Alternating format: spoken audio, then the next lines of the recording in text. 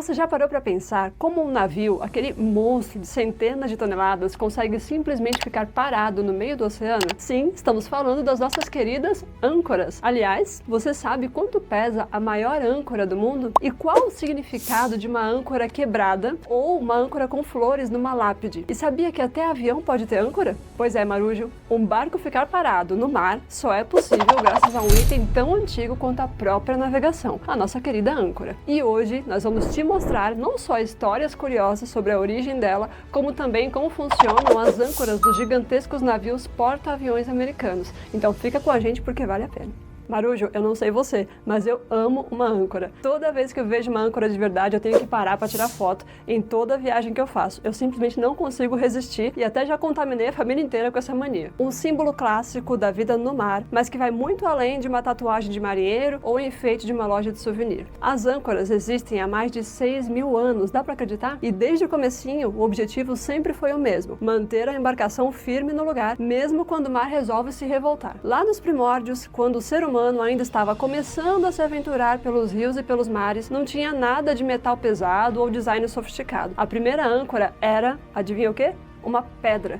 Simples assim, uma pedra amarrada com uma espécie de cipó ou até mesmo em tendões de animais. E se ela escapasse, perdeu o Playboy, quer dizer, perdeu o Marujo.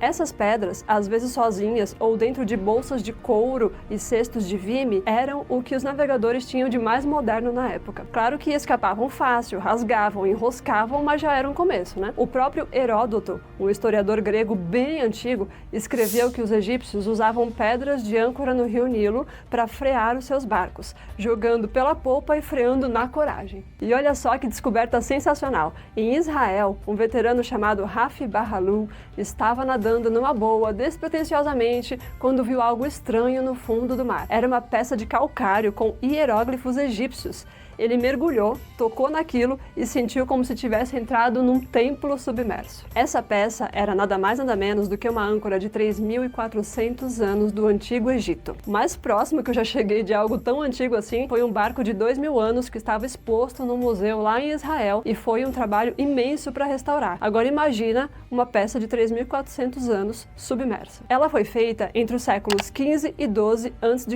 em plena Idade do Bronze, e provavelmente foi reaproveitada de um templo egípcio. É ou não é surreal? Os arqueólogos disseram que a Baía de Atlit, onde a âncora foi encontrada, era um ponto de ancoragem comum naquela época. Mas isso não quer dizer que o navio tenha necessariamente naufragado. Ele pode simplesmente ter perdido a âncora e seguido viagem. Porque sim, eles já levavam âncoras reservas. Estoque de segurança que chama, né? Olha aí a logística antiga funcionando, Marujo. Com o tempo, o design foi evoluindo. Adicionaram um aro na pedra para passar a corda, depois um buraco no meio da pedra e mais tarde furos na parte de baixo, onde talvez inserissem pedaços de madeira que ajudavam a prender no fundo do mar.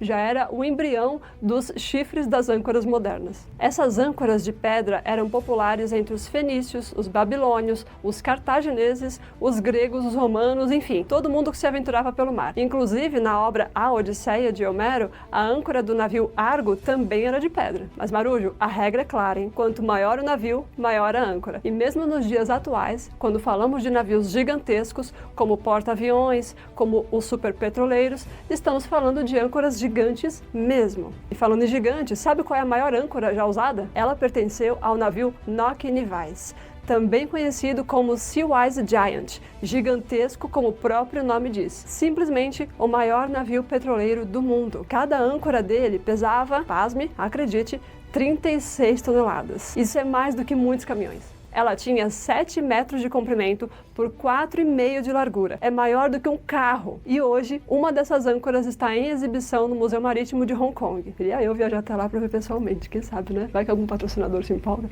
O Seawise Giant, aliás, era um verdadeiro monstro dos mares. Ele tinha 458 metros de comprimento, maior do que 4 campos de futebol enfileirados. Carregava mais de 657 mil toneladas de petróleo quando estava cheio. Para conseguir parar esse titã, o navio precisava de mais de 10 quilômetros livres no mar. Tenta ancorar esse bicho aí. Já a âncora média de um outro tipo de navio gigante, como um porta-aviões, atualmente pesa cerca de 13.600 quilos, e ela vem acompanhada de uma corrente com mais de 400 metros de comprimento. Tudo isso é controlado hoje em dia por sistemas mecânicos super robustos. Esses sistemas se espalham por várias salas dentro do navio. Lá no fundo fica o chain locker, o compartimento onde a corrente da âncora é armazenada. De lá, um eixo leva até a sala do windlass, o guincho que solta e puxa a âncora. Esse guincho usa tambores chamados de wildcats, que também funcionam como freio. Durante um teste de soltura, por exemplo, o operador solta a âncora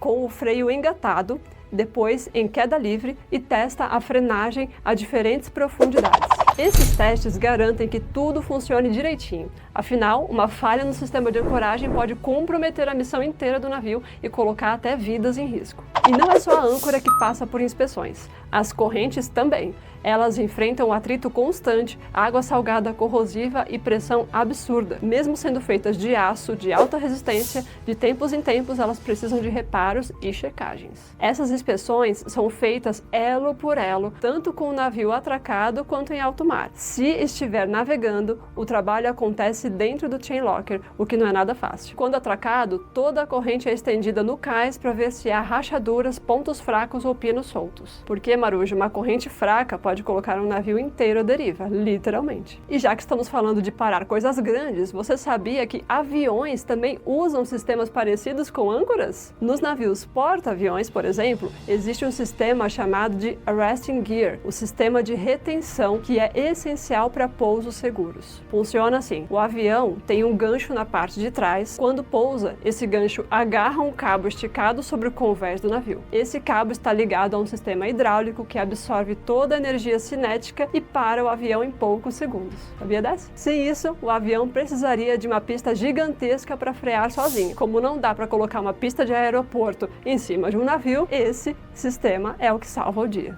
E não para por aí. Esses sistemas também são usados em terra, em pistas de pouso militar, principalmente para emergências. Um dos mais conhecidos é o BAK-12, ou BAK-12, usado pela Força Aérea dos Estados Unidos. Ele é composto por um cabo de aço elevado por pequenas rodas. Quando o gancho do avião prende o cabo, a energia é dissipada por um freio rotativo multidisco. Assim como as âncoras marítimas, esse sistema também precisa de manutenção constante. Testes são feitos com veículos pesados puxando o cabo para garantir que tudo está funcionando. Se falhar, o risco é grande, você já sabe, né? Afinal, estamos falando da vida de pilotos, tripulantes e da segurança de equipamentos caríssimos. Não dá para brincar. Marujo, no fim das contas, tanto as âncoras quanto os sistemas de retenção têm um objetivo em comum: garantir que algo enorme, pesado e valioso permaneça seguro. Seja um navio tentando resistir a uma tempestade no oceano ou um caça pousando em altíssima velocidade. O princípio é o mesmo. E pensar que tudo isso começou com uma pedra amarrada em um cipó 6.000 anos atrás, né? O ser humano realmente é um bicho curioso, criativo e persistente. Não é à toa que a âncora tem muitos significados poéticos. Inclusive, um dos que eu mais gosto é uma frase do filósofo Mário Sérgio Cortella que diz: "Fica que na minha história eu tenho raízes, não tenho âncoras."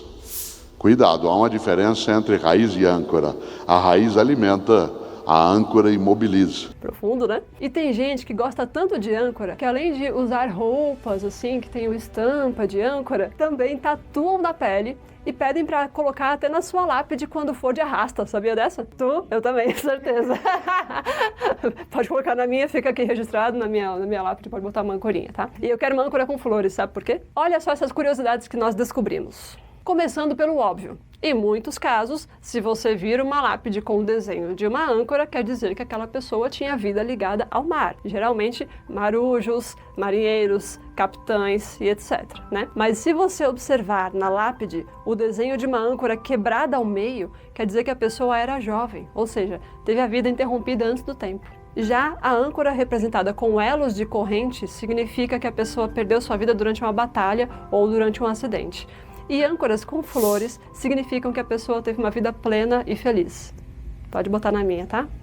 Outro detalhe curioso.